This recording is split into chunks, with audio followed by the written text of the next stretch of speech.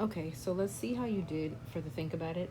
The first thing you should have done was annotate the problem. So we have triangle ABC. It was reflected over the x-axis to form the image. The coordinates for A have been given.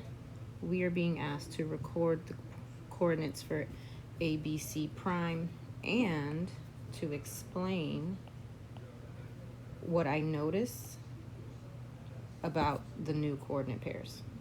So let's label everything because not everything is labeled appropriately. This is the x-axis and this is the y-axis. Oops. So this up here is the pre-image. This is the one I started with.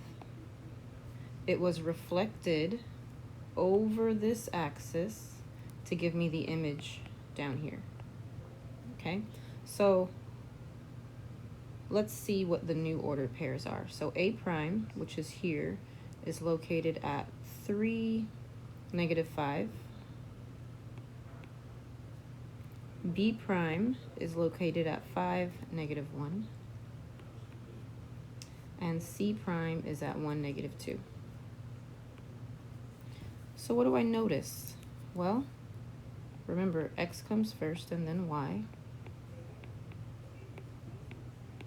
So from the pre-image to the image, my x values are the same. So x values, same. But y, I had 5, then -5, 1, then -1, 2, then -2. So my y values became negative, but I don't want to put negative because if they were negatives and turned positive, the negative wouldn't make sense. So I'm going to say my y values became their opposite. Okay, so for this reflection, my x values are the same and my y values became the opposite.